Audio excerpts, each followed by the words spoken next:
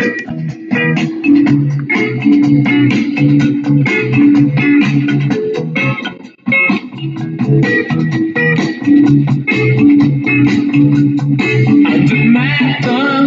you knew I had to do it.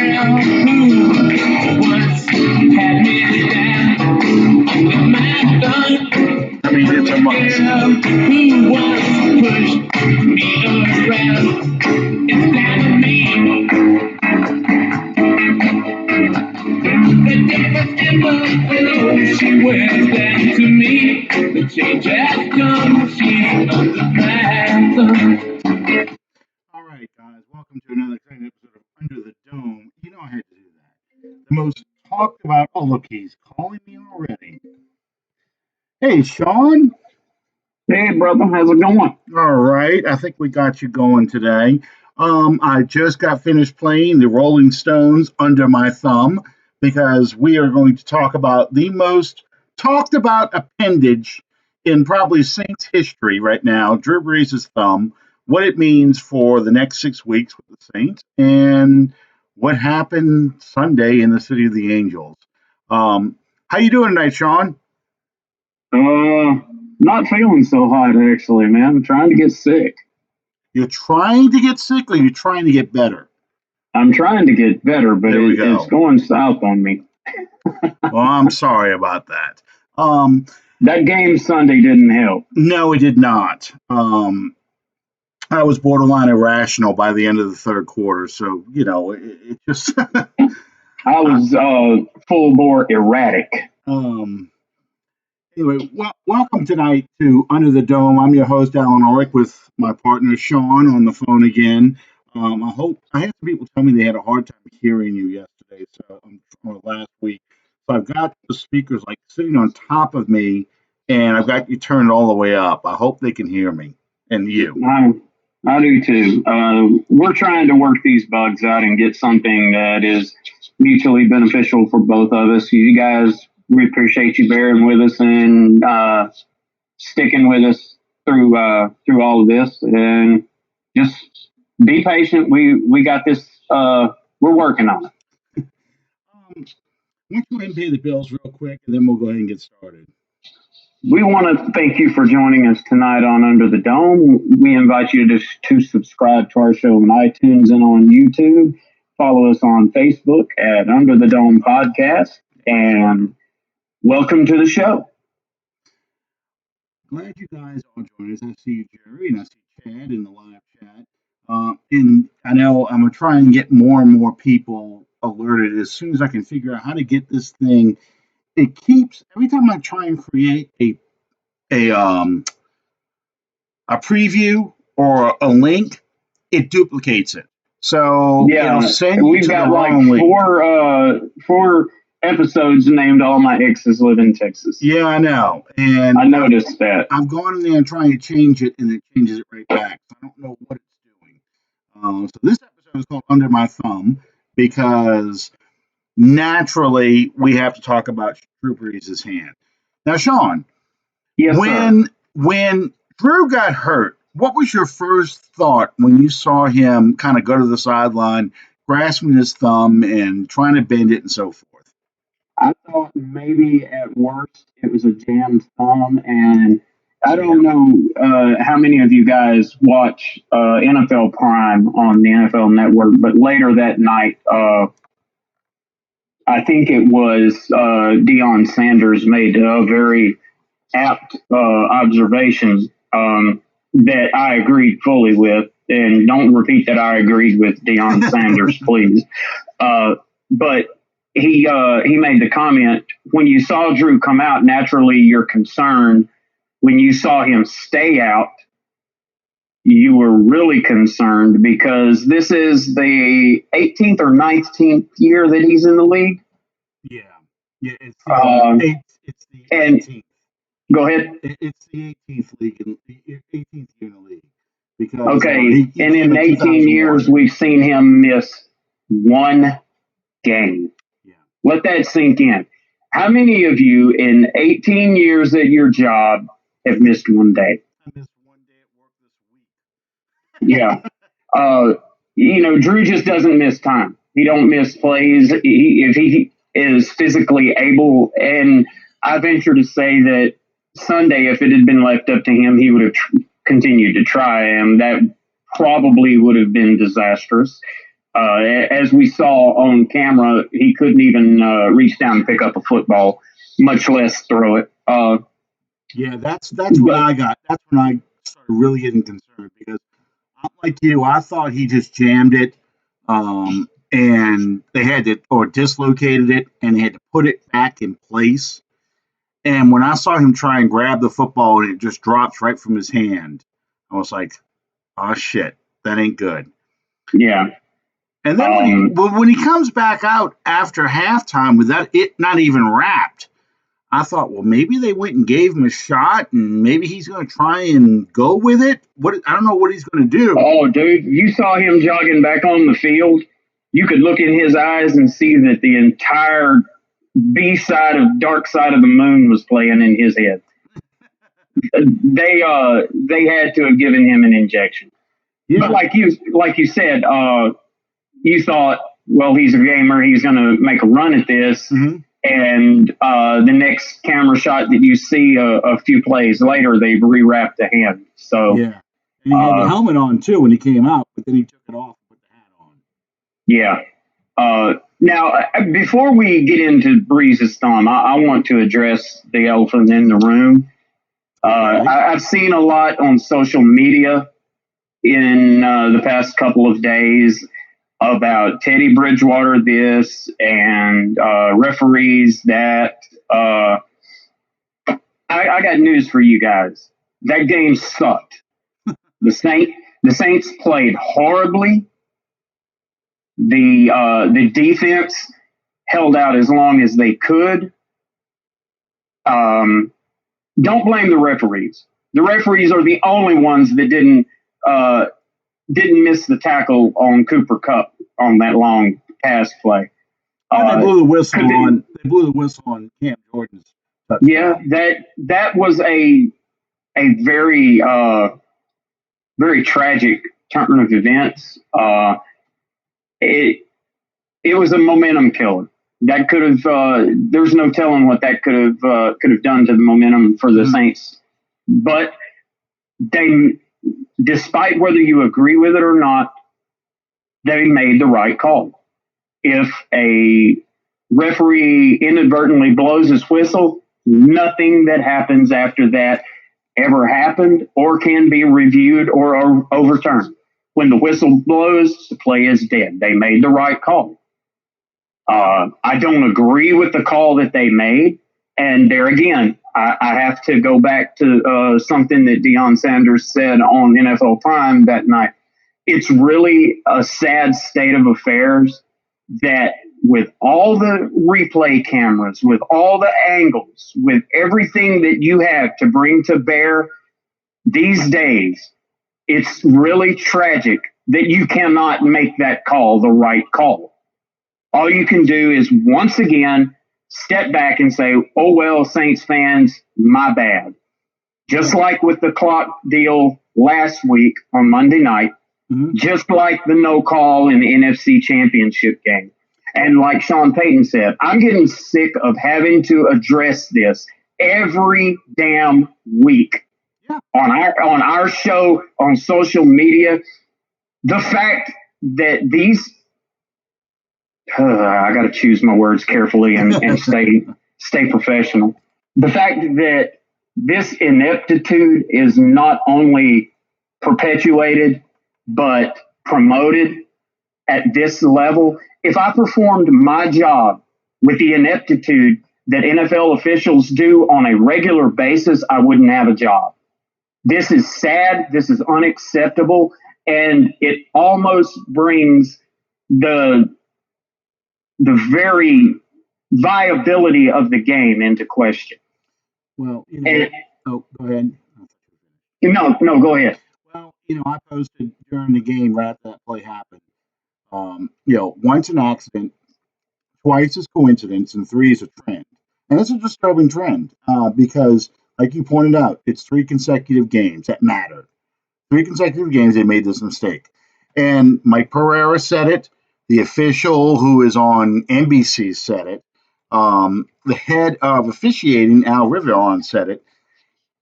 That is a fundamental, basic rule that they know. When something like that happens, you let the play go.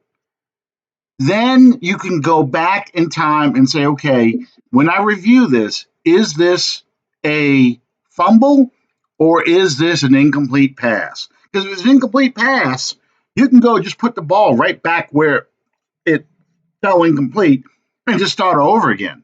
But when you blow the whistle, as you said, when you blow the whistle, you have killed that play. You have no opportunity to go back and fix that. So you never do that in that situation. How many times have we seen guys pick up the ball, take off running, and the play's clearly over. They're still running, and that this is all going to come back. But the officials review it because they let it go. They let it happen just so they have an opportunity to say, you know what? This is a fumble. Touchdown, whoever it is, the Saints, the Rams, whoever it is that's playing. And that was probably, like you said, a momentum killer because the defense was going to carry this offense that was struggling early. The other thing that bothered me in this game is the destruction or the self-destructive mistakes this team made on offense consistently. I think on the second or third possession, the Saints got the ball at midfield. And before we knew it, it was 3rd and 28. And they were almost back to their 30 because of holding calls and things like that. And that kind of stuff, that's like Jim Haslett era Saints stuff. That's what they used to do. Holding, offsides, false starts. It's just mental mistakes, not physical mistakes. And it was maddening. Well, I have to, again, please don't anyone misinterpret what I'm saying here. I don't think that the officiating was called evenly. Oh, no. By any stretch of the imagination. Not at all. I'm not sitting here saying the referees cost us that game. We did not play well enough to win that game in any phase of the team preparation. The team was not prepared for Teddy Bridgewater to come in and go. Obviously, if you want to call the game close and call the little ticky-tack breaking of the rules, fine. Do it both ways, which you did not. No. Traquan Smith was nearly beheaded. His helmet came off. It rolled around on the turf. They nearly took his head off and not a flag. Right. And several times, one of our defensive linemen would get close to Jared Goff and be in a headlock, a Roddy Piper sleeper hold. Yeah. And nothing. If you're going to call it that close, call it both ways. Call it evenly and call it fair. You're speaking my language because I'm a basketball parent. My daughter played basketball. And this was the equivalent of you're at somebody else's court and you look up the fouls. They're in the bonus, and you got 2. They're getting free throws, and they're not calling anything for you. So you only have 2 fouls. You're not even close to that. That's what I saw, and it's just like what we used to say as parents. If you're going to call fouls, you're going to call it down there under the goal. You got to call on the other side under the goal too. You can't just all call it on this side of the court. I never would have said this prior to the game. I had a eerie, sick feeling going into this game that this was going to be what happened, because you don't question the integrity of the league, the Shield, which the officiating is a huge part of that. And ever since that NFC Championship game, New Orleans has been relentless about it. New Orleans Saints fans have gone ballistic over this. Well, And you're not going what it feels like, regardless of what it is or isn't, what it felt like Sunday was, okay, you want to attack us? Let's see how you like this. yeah, and here's my thing too, though. But if you're trying to teach New Orleans a lesson, you better stop blowing obvious calls because you're not going to make us go away by teaching us a lesson by calling everything on us and blow at the same time. A fumble recovery for a touchdown, mess up the clock, and not call pass interference because that's just going to piss us off even more. And but unfortunately, these men are in a position to affect the outcome of the game. They are, but the good news is if you disengage from social media, you are seeing it being discussed more and more like what the hell is going on with New Orleans games.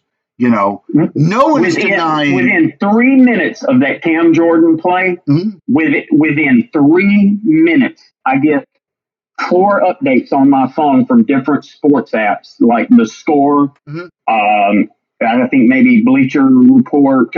Anyway, 4 different ones within 3 minutes of that play taking place, and all three of them, the tagline was the same: New Orleans gets screwed again by the officials. And it just eventually people can be like, is this, are we even going to attempt to be fair anymore? Are we even going to attempt to correct this? Because now people are going to start questioning, is the league fixed? Are these games fixed? That's what I say. This whole thing stinks. And like you said, once is an accident, twice is whatever, and 3 times is a trend. Yeah. Well, you look at what's going on with these New Orleans Saints games, and to me, now, yes, I'm very much a supporter of the New Orleans Saints. You can call me a diehard homer all you want to, but I'm also a professional journalist.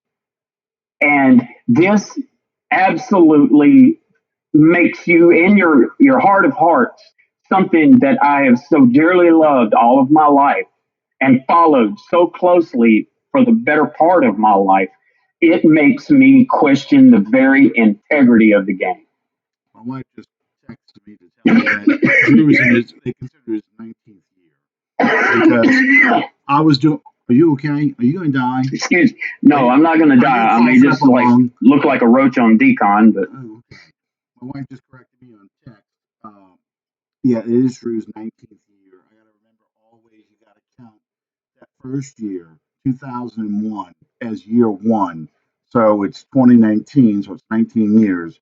Whereas I was doing the math in my head and saying, okay, he was drafted in 2001. That's 18 years ago. Must be his 18th year in the league. I'll get that right eventually. But that's how. Thank you, Miss Debbie. Thank you for keeping him honest. He's in the 19th year in the league. Yes. So Drew goes out. The game plan was built around what Drew does, and I think the game plan was built a lot around Jared Cook. Cook had an awful day. He did not rise to the occasion at all. Yeah, he gave Brees his first interception by the ball hits him between the 8 and the 7, and somehow he throws it back up in the air so it gets picked off. They couldn't run the ball, which I'm not surprised, because what happened during the games, you can see as they started watching Teddy Bridgewater, they first started to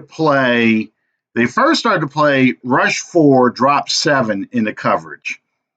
So they were taking away the middle of the field and the back end, keeping all the Saints receivers in front. And then as they could see that Bridgewater was doing checkdowns, you started seeing the safeties creeping up to the line. And Troy Aikman even said it. They were daring Teddy Bridgewater to throw the ball deep, and he didn't. A couple of things, and I thought about this because it was mentioned in, Gene Upshaw said this. in the America's Game 1980 Oakland Raiders, talking about having uh, Dan Pastorini as his quarterback. He said, in that, in that crowd, with the game going on, all that noise, he says, as an offensive lineman, you can hear the ball leave the quarterback's hands when he throws a pass. So at that point to let up on your blocking. And I think what happened, and Sean Payton blamed the offensive line for poor play, but I think what happened, some of these holding calls we were getting, is Bridgewater is holding that ball far, far longer than Drew ever holds it. So Yes. the offensive linemen are having to hold their blocks longer. And the longer they held their blocks, the more likely they were to commit holding penalties. Yeah. So I think that now, was one please, of the big problems. there again, I want everyone to understand and be clear about this. Not once did I ever insinuate that those penalties that were called on us were not valid. Mm-hmm. That is not what I'm saying at all. I'm not going to sit here and tell you that those were bogus calls, but I can tell you with absolute certainty that they were not calling it both ways. Oh, no, because theoretically, you can call holding on every single play in a game because they all hold. But yeah, there were times where I'm screaming at the TV like they can hear me in Los Angeles. That's a hold. They're holding. He's holding Jordan. They held Jordan almost every play. He's holding Davenport. Davenport is trying to draw the hold, in fact. And it's just they were not calling it. So naturally, Goff is getting more time than Bridgewater was, even though Bridgewater had some time to do something. That's another issue entirely. But yeah, it really bothered me, and I think having Bridgewater back there for with being used to hearing Drew's cadence, knowing how fast Drew gets rid of the ball, knowing the play and where Drew is probably going to move to create the separation he needs to get the ball to his receivers. You didn't get any of that with Teddy. Teddy would stay back there in the pocket and pat the ball and pat the ball and pat the ball, waiting for someone to come open. And it was frustrating because then you can see the offensive line starting to struggle. Now we're starting to hold because the Rams have a great defensive line. There's no getting around that. They're going to hold. No, if they've got to hold really good defense. Yeah, if they've got to hold, if they have to hold their blocks for 3 seconds or longer, there's going to be a hold coming. It's just going to happen because they're going to twist, they're going to stunt, they're going to slide, and you're going to hold on to that guy an extra second, and the line judge or the back judge is going to see it. And I think that's where people were saying Bridgewater was encouraging holding calls, and people were pissed off about that and say, how does a quarterback do that? Well, that's how. I think with a week of practice, maybe that will get better. If Bridgewater will be able to unload that ball quicker, but I think the longer he holds on to that ball, the more likely there's going to be a holding call. I mean, everybody who's ever watched football, when you watch a quarterback stand back there and seemingly have all day to throw, and it's not rush 2, not rush 3, but a normal play where there's 4 or 5 people coming at the quarterback, you're all screaming at the TV, there's holding, there's got to be holding. You can't hold the block that long. So. Yeah. I had 2 observations on Teddy. I honestly, as it was happening, I got the impression that he was trying to play too careful. He was guarding himself against trying not to make the big mistake, which led to exactly what you're saying, holding the ball too long, being indecisive. Moreover, my take on Teddy Bridgewater was probably not good. because this is what I walked away from that game thinking. I watched him from the play that he came in until the last play of the game. Mm-hmm. Never once did I see any sort of energy, Yeah. any sense of urgency. And now, if you think about it, from the moment that he came in until the end of the game, there was a lot more time that game was within reach than it was that it wasn't. Right. It was still in reach, but it was 20-6. There's like 4 minutes left, and you're still within two scores.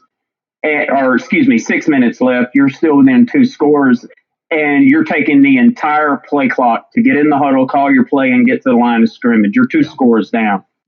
That's not a good look. I saw no energy, no emotion, no leadership. And I get that Teddy's not going to be your rah-rah guy. He's not going to be that guy that pumps everybody up.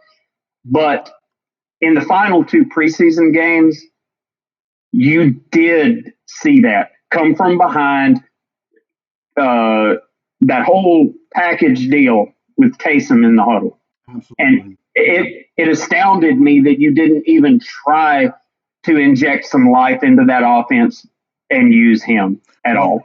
Yeah, and that'll lead me to my next point here. Okay.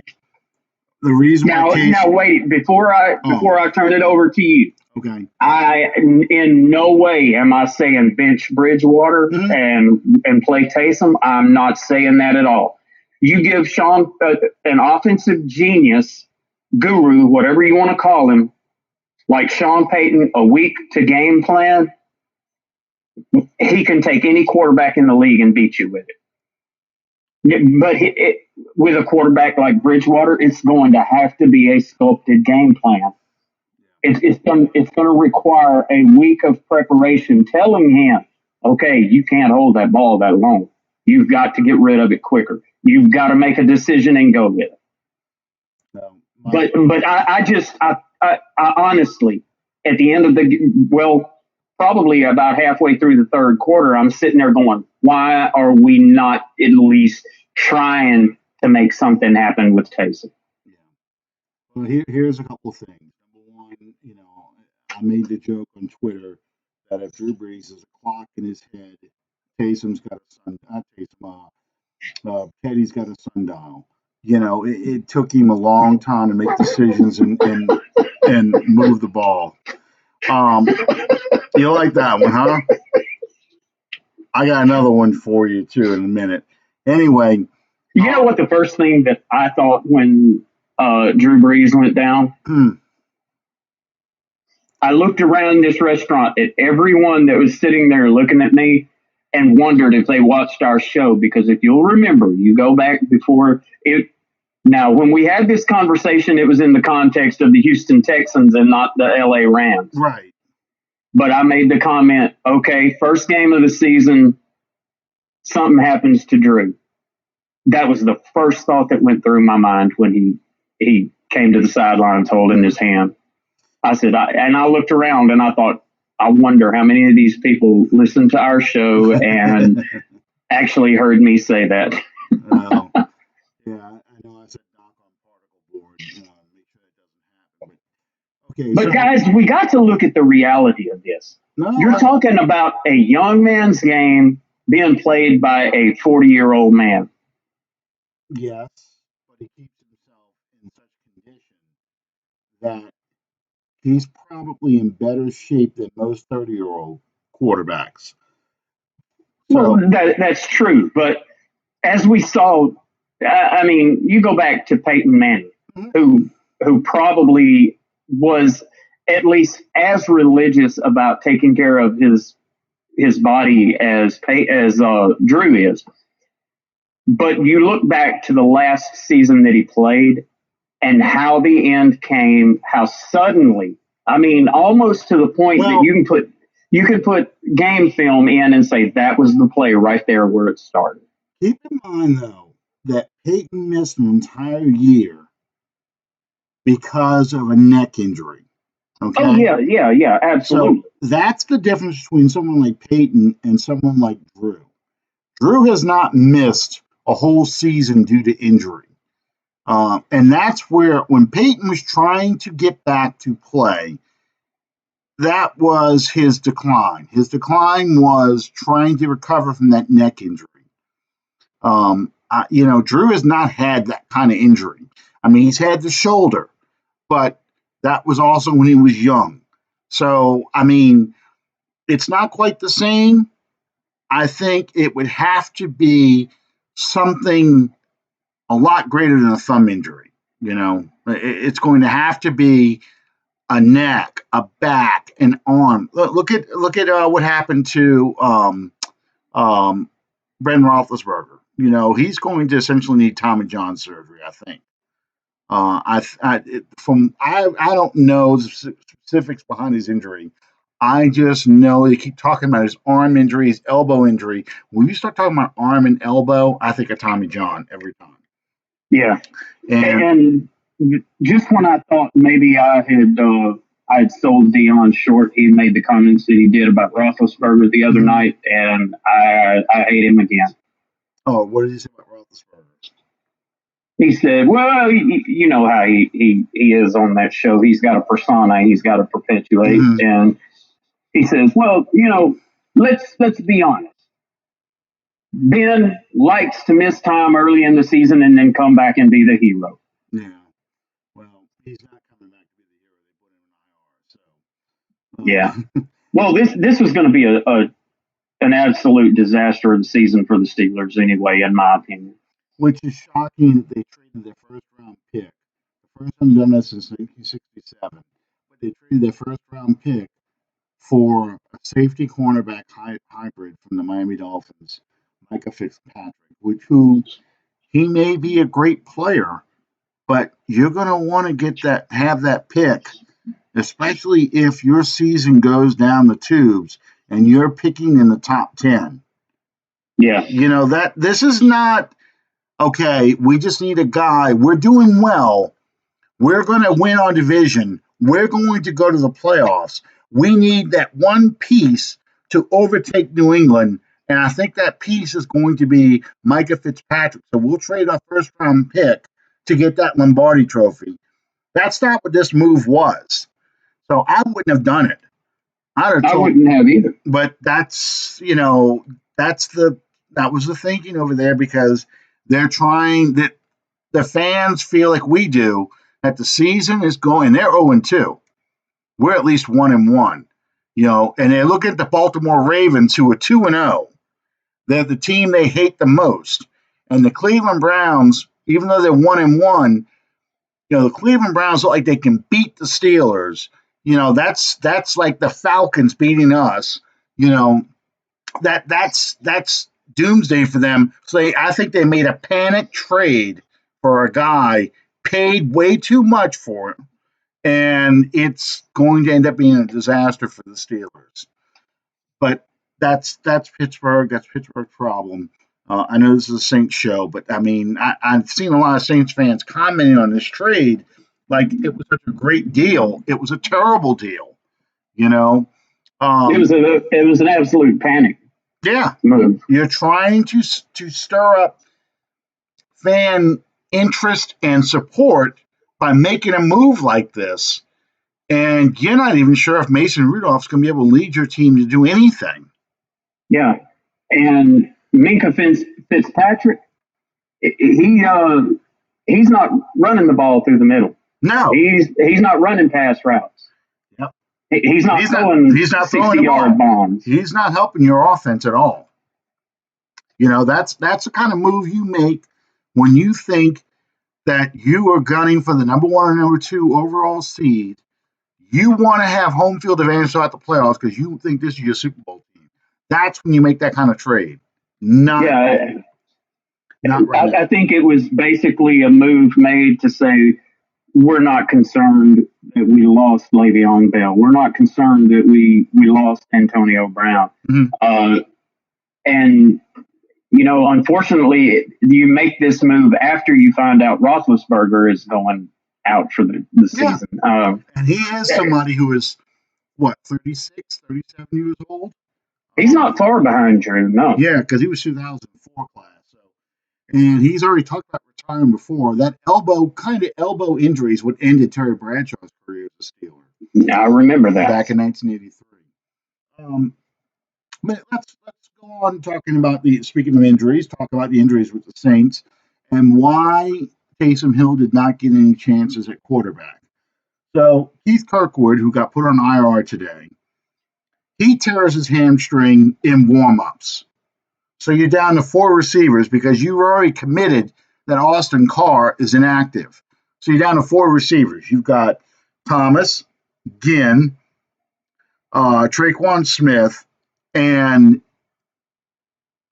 he counts as a receiver, even though he's a kick returner, Deontay Harris. So that's your four receivers there. Your fifth one is Taysom Hill, who is your tight end, also your third tight end. All right. So you got him, you're using him as a tight end and a receiver. Traquan Smith gets hurt after he makes the best catch of the game, catch and run of the game. He gets hurt. You're now down to Thomas and Ginn with with Hill, Taysom Hill, and Alvin Kamara and Harris making up your receiving core. If you watch when they go to five wides late in that game, if you can stomach it, look who's out there. Yeah. That's why Taysom Hill never got a chance to play quarterback because you put him at a quarterback, you're down to four receivers. And you already got a problem with Jared Cook not being able to catch a damn thing. So you're not going to put him out as a receiver. It just really handicapped your offense. So they were in bad shape with all the injuries because you also lost Andres Pete. Yeah. You found out later. All I saw was AJ Klein go out and Kiko Alonso come in, but apparently Alex Anzalone also went out injured and he got put on IR. So we were really beat up in this game. It's only week 2. Yeah. So that's why, unless we make some moves, and I expect to see Butler really get pulled up from the practice squad, but unless Butler and little Jordan Humphreys come up from the practice squad, I don't know who's going to play receiver on Sunday behind Ginn and Thomas. Oh, and Ginn went in the tent for a few minutes after the first series. So he probably had to go in and take his Geritol. But I'm just saying, it was a disaster on offense because there was a lot of problems on an offense. And I mean, it was absolutely the doomsday scenario. First and foremost, obviously, you lose Brees on the third series of the game. Then you've got an indecisive Bridgewater at quarterback. Mm-hmm. You've got Andres Pete going down. You've got one of your receivers going down where you're already thin on your 45-man roster to begin with. And you cannot expect the defense to close it out against a team that's going to hit you from so many different directions as what the Rams are capable of. Well, you can't expect them to pitch a shutout for 3 quarters. Yeah, I thought the Rams were headhunting on some of those plays, but that's just me. Well, I stand here, and if I lose my professionalism in the next 2 minutes, y'all please forgive me. I sat here and I watched all the NFL Network and ESPN reports leading up to this game over the course of the week, and it made me ill. It made me want to throw up.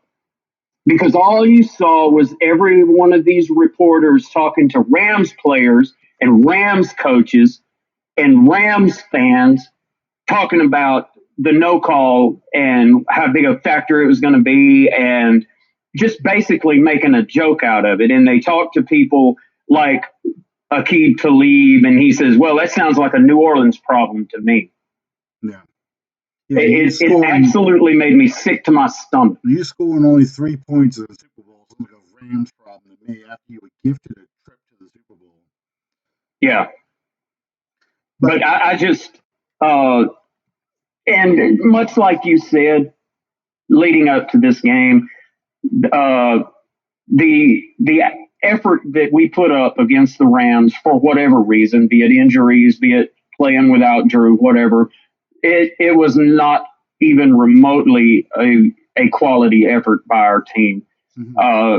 And I don't think you're going to get that argument from very much of anybody. But we were panned in the media about, well, this team is no stronger than what Drew Brees makes it. And it should have come out differently. We were in that game until probably halfway through the fourth quarter. You held the Rams score out of the end zone for a whole half. It was 6-6 at halftime. You know, you did that defense did a good enough job because considering where they got put in some of these positions. The Rams had first and goal twice in the red zone. They only came away with 3 points. They kicked a longer field goal to get 6. But I mean, and you on one of the Rams possessions in the red zone, it's a sack fumble, recover, run it back for a touchdown. It's not given to us. So, I was very happy with the defense performance. I wasn't happy with the big pass plays, but after giving up big plays, big chunk plays, the defense cracked down in the red zone and put a lot of pressure on Goff and really did a good job keeping them out of the end zone until the game got broken open just because the defense was on the field so much. That's not excusing the Cooper Cup play. That's not excusing, the touch. Is that you? Yeah, somebody's calling. We're closed on Tuesday. Oh, okay. Go to voicemail. Y'all are interrupting the show. All right. That doesn't excuse the Brandon Cook touchdown. Doesn't excuse, the play in the fourth quarter. I'm just saying that if, and I hate using the word if, but if the Saints just could have got some kind of significant offensive drive going, you could make that a 13-20 or a 16-20 game, and the fourth quarter is very different at that point.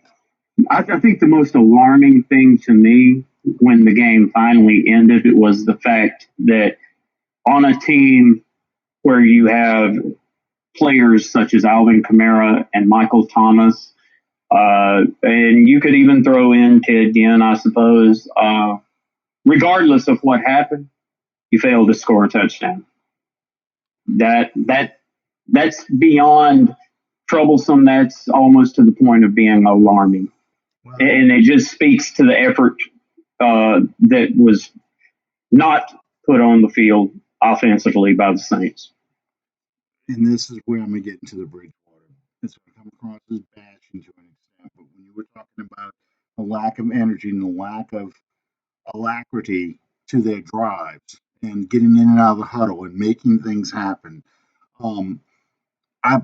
that's where I put the blame on Bridgewater in the offense because he did not motivate them. They did not make a big play to get this offense going. And once the momentum shifted to the Rams, it never came back to the Saints.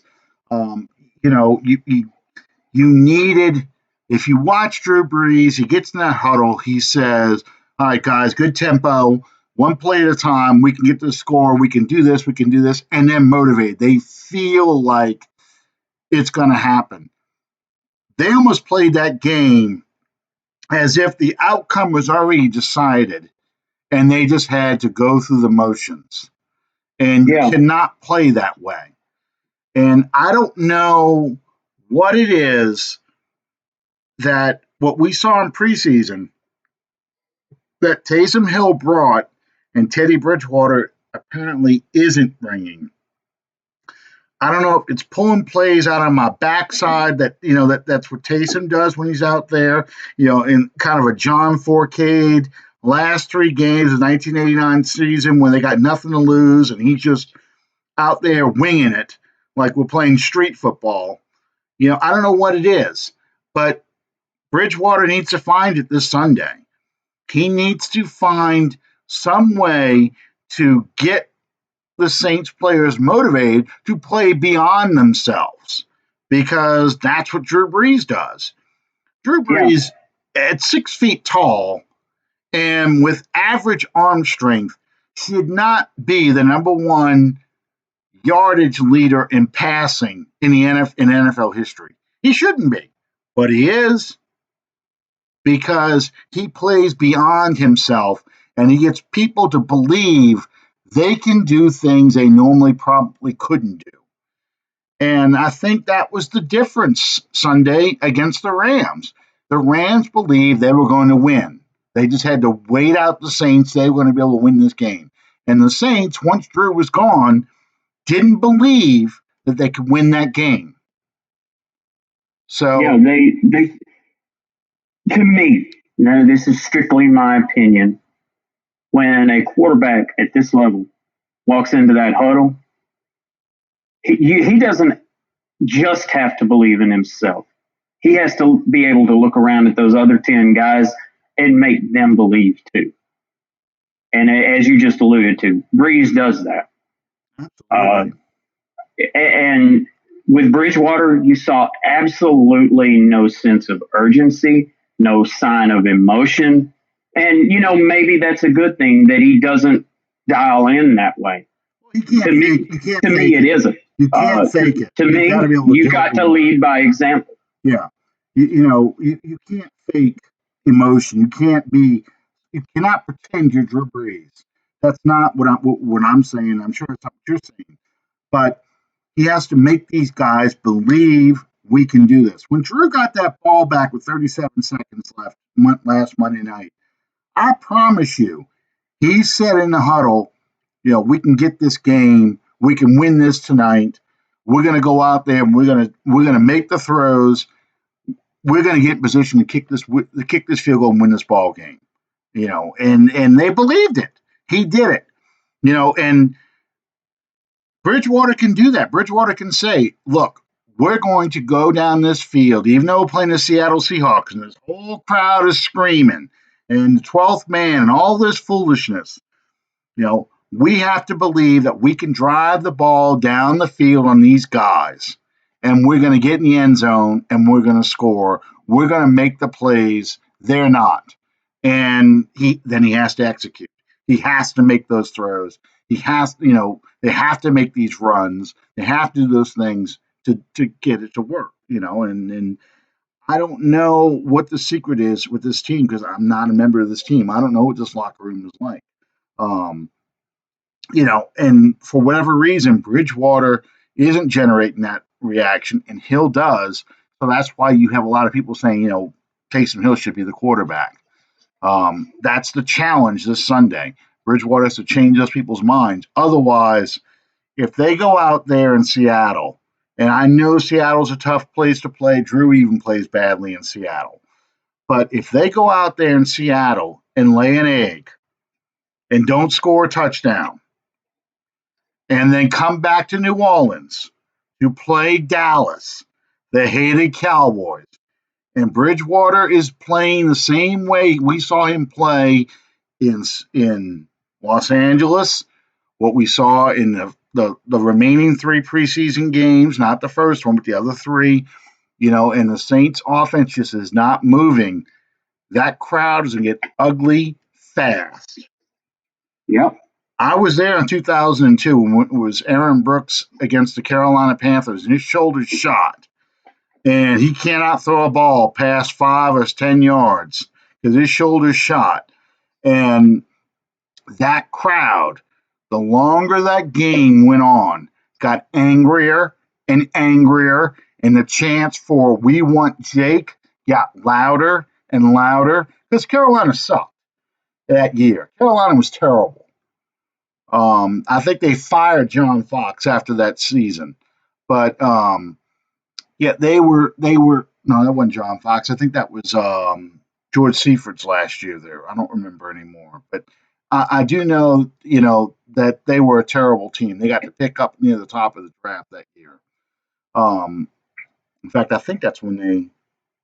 No, I don't remember who the draft pick was anymore, but it's not important. But anyway, that crowd at that dome started booing every time Aaron Brooks walked out on the field, and Brooks is hurt. They were chanting for Jake. They were pissed at Hazlitt for being stubborn. So that's not a good feeling. Come next Sunday night on national television to watch the crowd turn against the Saints like that. That is not what they want to see. And so, I know Seattle's a tough team, but you got to do something. You have to put a much better effort out against the Seahawks than you did against the Rams. Well, I think that it goes without saying that as long as the New Orleans Saints are playing without Drew Brees, then for the most part, your defense is going to have to pitch a shutout or as close to a shutout as humanly possible. They're going to have to play out of their minds against the Seahawks. Even if they don't win, if the Saints put themselves in position to win, put points on the board, have drives that matter, and you can say, oh, well, look, Eli Apple gave up a big play, or PJ Williams is the one that gave up the big play on defense. Or, because we've seen this already. Or, Seattle got lucky. Russell Wilson pulled a play out of his ass and threw this unbelievable pass that, they thought they had him sacked 4 times. He just got away. I think the fans could tolerate that a lot more. But if they are flat in Seattle offensively and play uninspired football, cannot run the ball. We throw, Bridgewater throws for 125 yards, no touchdowns, no interceptions, but only 125 yards. And the Saints' total offense is 180 or 200 yards. There are going to be some pissed off people in the dome the following Sunday night. And I'm already counting those 2 games as losses. I hate to sound like that, but I want to be proven wrong. But I'm counting those 2 games as losses just because of who they are and who we are missing. Yeah, I want to reiterate. I think that best case scenario, you're going to see a completely different Saints team because there again, going into LA, you had no clue that you were going to have to go to Bridgewater a few minutes into the first quarter. You had no game plan with Bridgewater. You were having to just kind of adjust on the fly and survive. But you've got a full week of preparation, and I think that Sean Payton is going to sculpt a game plan. I pray that he does. I think that you're going to see a much better effort given. There again, a lot of that is going to depend on whether or not we have Pete, whether or not we have Smith. We'll find out tomorrow. That's the first injury report that comes out. Yeah. I couldn't tell what happened to Pete. By then, I was quite upset. They twisted his ankle. It was like he got kicked in the ankle as well as it got twisted when he went backwards. It was like Kamara kicked him in the ankle as he was dropping back. So, but I mean, he wasn't. I haven't heard anything about him being in a boot or anything like that. So he probably will come back. But Will Clapp was playing as a third tackle, and he slid over to guard, and I did not see who was the third tackle from that point on. And once Pete went out, it was like Aaron Donald and those guys smelled blood in the water, and it just became that, and there again the indecisiveness of Bridgewater. It just became like a feeding frenzy. Well, they knew they couldn't run the football. They fell behind, and they weren't going to be able to run the football, so they could just pin their ears back and go after Bridgewater. Yeah. Now, here's the thing. So I'm going to ask you this. Let's say that the Saints call up Jordan Humphrey and Emmanuel Butler, so they got 6 receivers.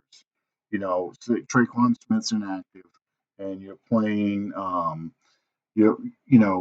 Traquan Smith is active, but you've got those other 2 in there. They made Austin Carr inactive, Okay, so you've got your full receiving core.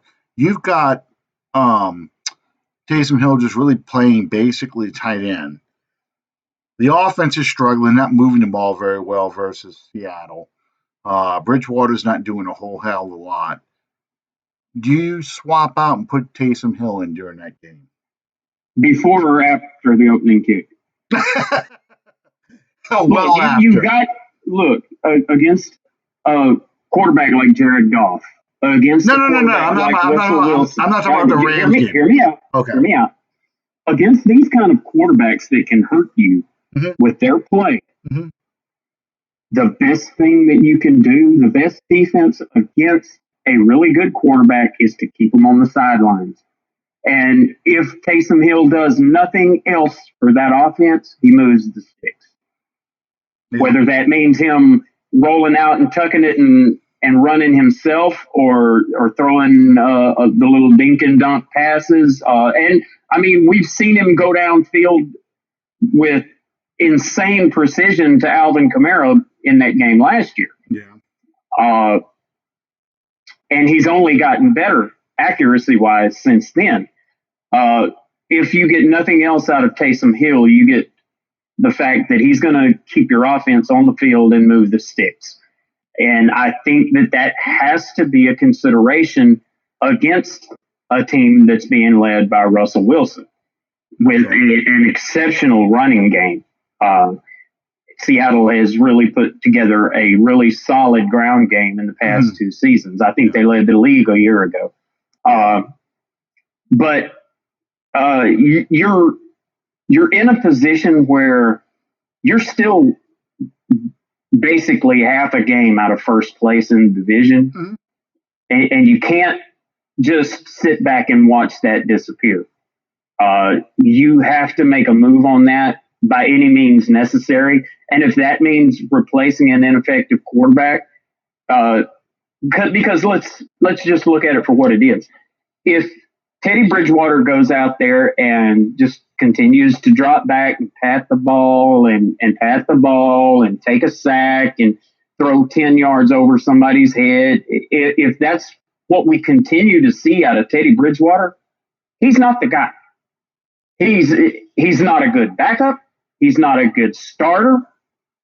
And you're kind of going to get out of it what you put into it. You put a bad player in a key role, and you're going to get a bad result.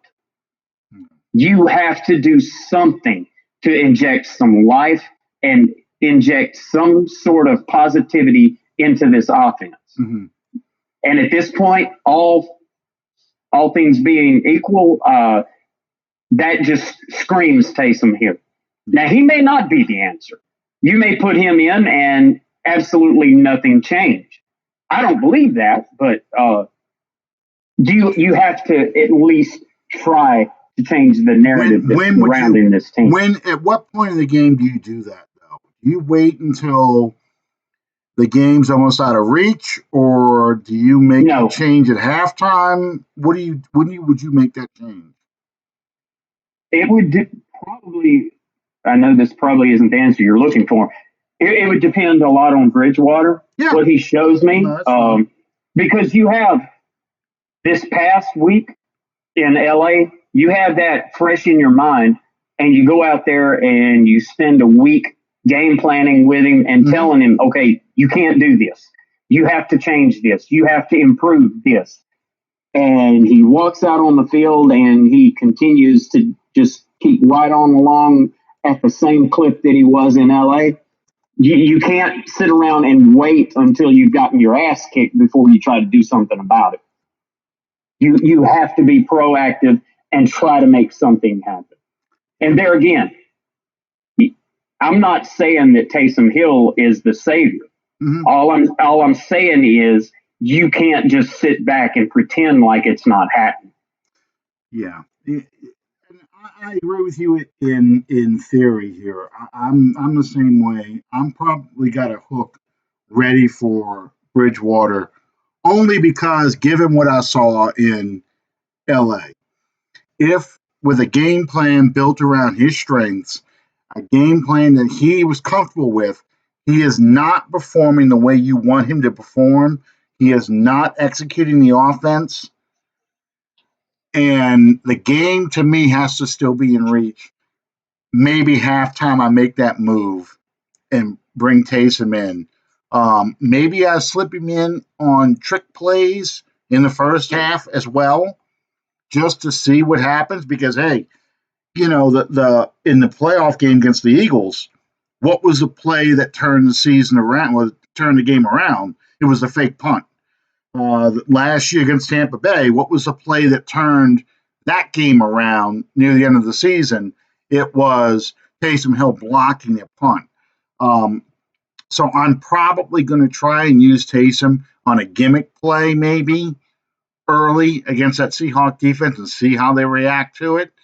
Not so much him going to run on the read option, but maybe fake the run or do a handoff to Kamara, who pitches it back to him and hits a streaking Ted Ginn down the middle of the field.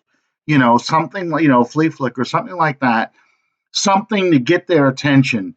And then if I feel like I can get more out of Taysom, maybe I start putting him in more and more, uh, just to see if that's the spark I need to get this offense going. But that's only if Bridgewater is just terrible. You know, to me, you got to let him have a chance to succeed or fail. And I hate that Seattle is his crucible, his testing ground, but it's going to have to be because you cannot afford to go back to New Orleans at 1-2 and an anemic offense and expect that crowd to tolerate that, for more than a quarter against the Cowboys. It's just, it can't happen. You cannot have that. The game against Dallas is still winnable. Sure, Brees or not. Sure, it is. But you have to do something on offense. Well, you have to do something on offense because you cannot have Alvin Kamara, Latavius Murray, Michael Thomas, Jared Cook. You can't have a collection of players like that and score no touchdowns. That is completely unacceptable. Right. Regardless of who's under center, regardless of who's hurt on the offensive line, that is absolutely unacceptable. You have to get these guys in a position to score you some points. And you have to push that ball down the field. You have to take the defining factor of the game, it's not going to be how much your defense holds the other team. The team that wins is the one that scores the most points still. Well, I got a thing that I got in the back of my head. I've been waiting to use this for a while because you've got a lot of people defending Teddy Bridgewater over and over and over again. And they always have an excuse why he didn't play as well as he should have. And I've been thinking about this. I'm probably going to say it in one of my columns later on. But if Teddy Bridgewater threw as many touchdown passes as there are excuses for his play, we wouldn't be having this conversation. Exactly. And make no mistake about it. I want everyone to understand clearly. I am not attacking Teddy Bridgewater. I'm not saying he needs to be replaced. I'm saying that if he is incapable of doing any more than what he did in Los Angeles, he needs to be replaced. Yeah. And I would say that about Drew Brees. I would say that about Tom Brady. I would say that about Taysom Hill. I would say that about every quarterback that's ever played the game. If that is the very best that he can do, he needs to be replaced. What are fans saying about PJ Williams? What are they saying about Eli Apple? What are they saying about Marcus Williams? What do they say about A.J. Klein, Andrus Peat? It's all the same thing. Quarterback's no different. If you feel like that player is why you can't get something going or you can't stop someone, then you're absolutely going to say that guy needs to go. It should be no different for a quarterback. It galls me sometimes. The only way that it's different is as it should be. It is unbelievably magnified if you're the quarterback. Yeah, because you're the leader of the team. That's right. And it doesn't mean that, the backup player is always the most popular guy on the team when you're struggling. You know, when an offensive lineman is doing badly, I guarantee you they're talking about putting in the backup, let him go play, or a running back. If a running back is struggling, play the other guy. You know, start throwing the ball more to this tight end. Start throwing the ball more to this receiver. It's the same. It's the same principle. So those. That's why there's so much pressure on him to do well, because Calvin said it right. This is the best test for him to see if this is the answer, short or long term. If And you can't sit there and say, well, he was playing in Seattle, and that's a tough place to play. Even Drew gets struggles there. I'm sorry. I looked up and down this thing's schedule. I do not see Georgia Southern or Northwestern or No, Liberty University anywhere on this schedule. I they're all looked up and good. down. Yeah. You, you, yeah, Drew struggles in Seattle.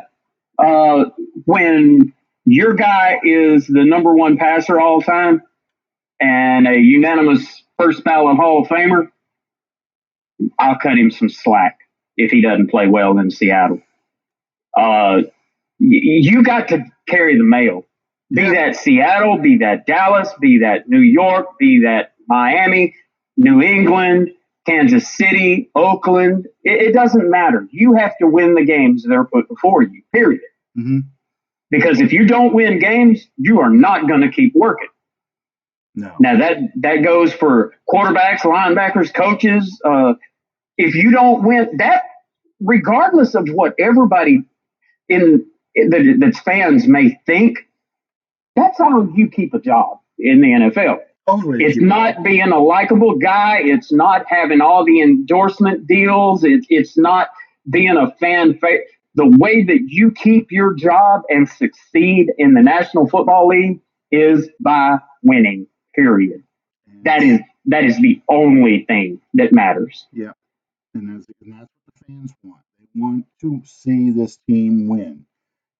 This is the time where you have to show, because if you can't win, if you go 0-6 these 6 weeks, and we're 1-7 when Drew comes back, it's that says a lot about your team, and about your talent evaluation too. Yes, this team is built around the skills of Drew Brees. And yes, I totally get and I totally agree that outside of Michael Thomas, most of these receivers wouldn't be playing with any other team but the New Orleans Saints. I get that. I know that Drew makes the players around him better. I know Drew makes the offensive line better than it is.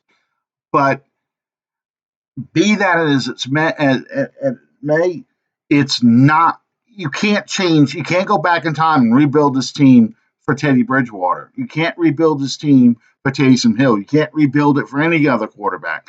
So you have to be able to execute this offense and trust that the game plan is going to put you in a position to succeed, because that's what you have to do. That's your job, is to succeed. So you just make those guys better than they are, because you are better than it. This is not some undrafted free agent we have at quarterback. This is a former first round pick. I have his resume read to me all the time whenever I am critical of him. So I know his resume. So if you were a first round pick, if this is the offense that you can succeed in because of the kind of coach Sean Payton is, then you better damn well succeed in it. That's what has to happen. And Exactly. I'm mentally, I'm geared for a loss, but I'm not emotionally. I'm not going to accept piss poor play. I'm not going to accept a mediocre product going out there just to get run over by the Seahawks. I'm not going to accept that. I want to No. see fight. I want to see a I team tell that's people all going the to time, put the fear of God in Seattle. I have a great amount of pride in the fact that I can maintain my professionalism in the journalistic sense. It doesn't. I can't say it doesn't bother me. It doesn't affect me for my team, be that the Saints, the Bulldogs of Louisiana Tech, or whoever. It doesn't affect me the same way to go out, put forth a solid effort, and get beat by a better team. That's part of the game. That one team can win, the other team has to lose, and that's just part of it. But going out there, and I, to be totally honest, that effort in Los Angeles, uh, I don't think the Rams were nearly as good as the Saints made Oh, them hell look. no. Hell no. Hell no. The Rams aren't even a shell of what they were when they played in the NFC Championship game in the Superdome. They don't have the heart of a champion. They don't. They've got how did John Facenda say it? They had this the the appetite to win. No, appetite of someone who wanted to win but lacked the Spartan will to go get it. And that's how I felt with the Rams. I felt like if we could have got something going, that team was going to fold on us because that's just how they play. But the longer it took us to try and get something going, the more confidence I saw in the Rams. The more they felt like, no, we're going to kick this team's ass, and let's just go ahead and do it now. They're going to wear this defense out, and yeah, that is, and EJ is saying it right, and Calvin said it right too.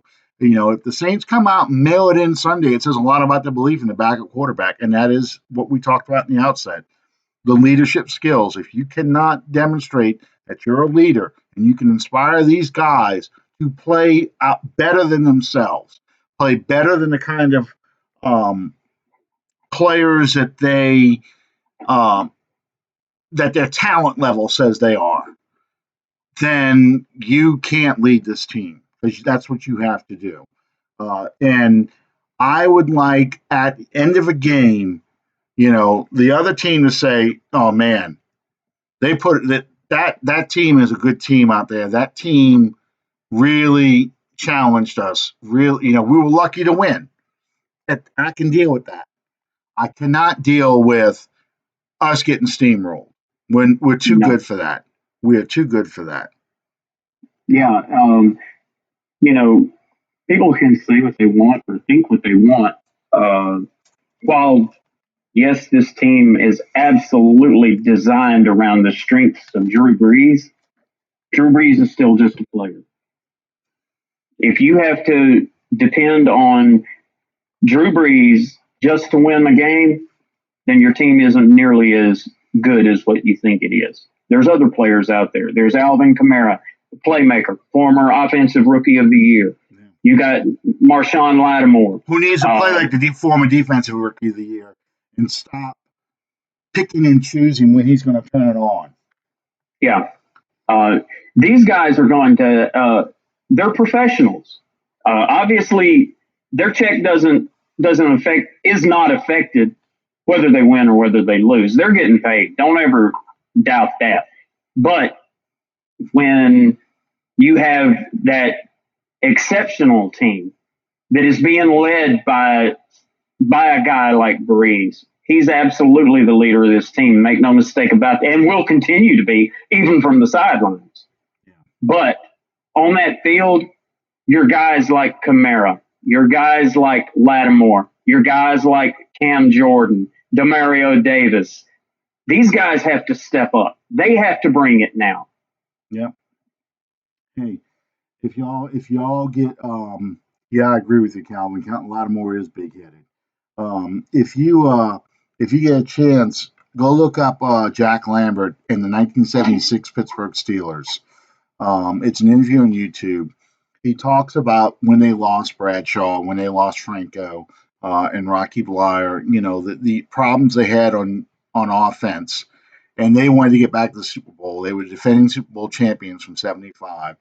The '76 season, that defense. Now, I don't expect this to happen with ours because it's just we're not built that way. But that defense, I think, had 9 shutouts from that point on. Or if they didn't shut them out, the defense outscored the Steelers' offense. I mean, that was a rallying point for that team, that we knew we had to carry this team.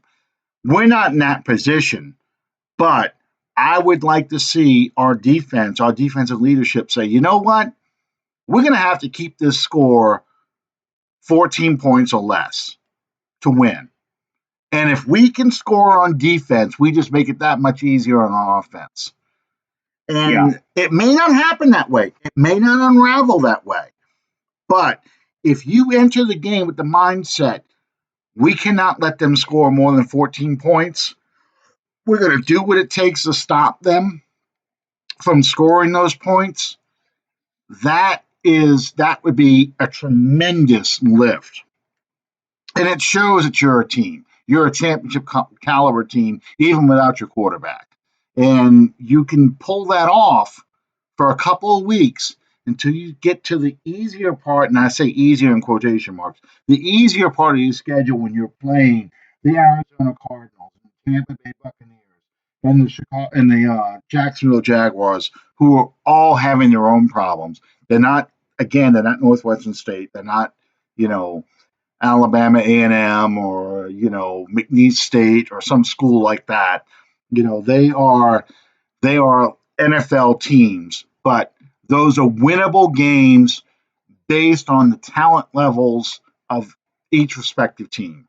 So if you can pull off a big win against one of these two teams, an upset win, steal a win, that would do a lot of work, a lot of good getting you in throughout the rest of your schedule until Drew comes back, hopefully in time for the Atlanta game.